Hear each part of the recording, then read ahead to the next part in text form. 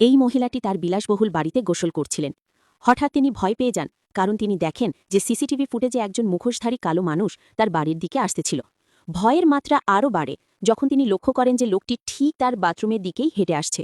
মহিলাটি দ্রুত পোশাক পরে পুলিশকে ফোন করার প্রস্তুতি নেন, কিন্তু দুর্ভাগ্যবশত তার ফোনের ব্যাটারি শেষ হয়ে যাওয়ায় ফোনটি বন্ধ হয়ে যায়। ফোনটির দিকে তাকিয়ে তিনি কাঁপতে শুরু করেন, কারণ তিনি বুঝতে পারেন যে বাড়িতে তিনি একা। তখনই তিনি বারান্দায় গিয়ে চিৎকার করে সাহায্য চান এবং জোরে জোরে বলেন যে তিনি পুলিশকে ডেকেছেন। এই প্রচেষ্টা ছিল আসলে লোকটিকে ভয় দেখিয়ে তাড়ানোর জন্য। তবে তিনি বুঝতে পারেন না যে লোকটি তার চিৎকারকে মোটেই পাত্তা দিচ্ছে না। কিছুক্ষণ ডাকার পরে মহিলাটি দ্রুত ঘরে ফিরে আসেন এবং সমস্ত দরজা জানালা বন্ধ করে দেন। বাইরে আপাতত নিরাপদ মনে করে তিনি তার ব্যাগ থেকে চার্জার এবং পাওয়ার ব্যাংক বের করেন। ঠিক সেই মুহূর্তে মুখোশধারী লোকটি দোতলার বারান্দায় চলে আসে। সৌভাগ্যবশত বাড়িটিতে একমুখী জানালা লাগানো ছিল, যার ফলে ভেতর থেকে বাইরে দেখা গেলেও বাইরে থেকে ভেতর দেখা যায় না।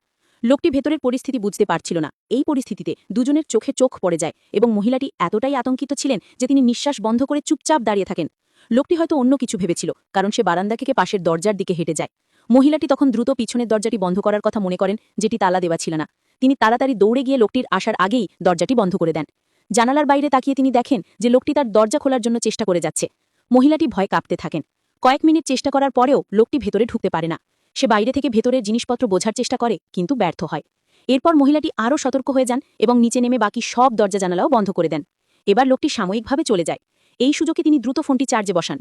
কিন্তু তিনি শীঘ্রই বুঝতে পারেন যে লোকটি আসলে এলাকা ছেড়ে যায়নি, বরং বাইরে দাঁড়িয়ে বাড়িটির আশেপাশে ঘুরছে এবং ভেতরে ঢোকার পথ খুঁজছে। কোনো ঝুঁকি না নিয়ে তিনি পুলিশে ফোন করেন। কিন্তু ফোন করার চেষ্টা করার সাথে সাথেই তিনি শুধু অদ্ভুত শব্দ শুনতে পান। তিনি বুঝতে পারেন যে লোকটি আগেই বাড়ির সিগন্যাল লাইন কেটে দিয়েছে। তখন তিনি বুঝতে পারেন যে পরিস্থিতি তার কল্পনার চেয়েও গুরুতর। অসহায় হয়ে মহিলাটি ঘরে পায়চারি করতে থাকেন। তিনি বাইরে যোগাযোগ করার বা পালানোর পথ খুঁজতে থাকেন। যখন তিনি প্রায় আশা হারাতে বসেছিলেন, তখন হঠাৎ তার চোখ সিলিংয়ের ফায়ার অ্যালার্ম সেন্সারের দিকে যায়। আশার এক আলো দেখে তিনি দ্রুত রান্নাঘরে যান গ্যাস স্টোভটি জ্বালানোর জন্য, কিন্তু বারবার চেষ্টা করার পরেও স্টোভটি জ্বলে না। তার মনে পড়ে যে তিনি সাধারণত বাইরের খাবার খান, তাই গ্যাসের লাইন বন্ধ ছিল।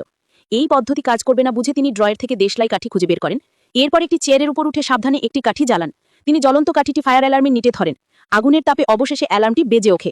এই তীক্ষ্ণ শব্দ শুনে মহিলাটি উল্লাসিত হন এবং দ্রুত জানালার কাছে গিয়ে লোকটির গতিবিধি লক্ষ্য করেন।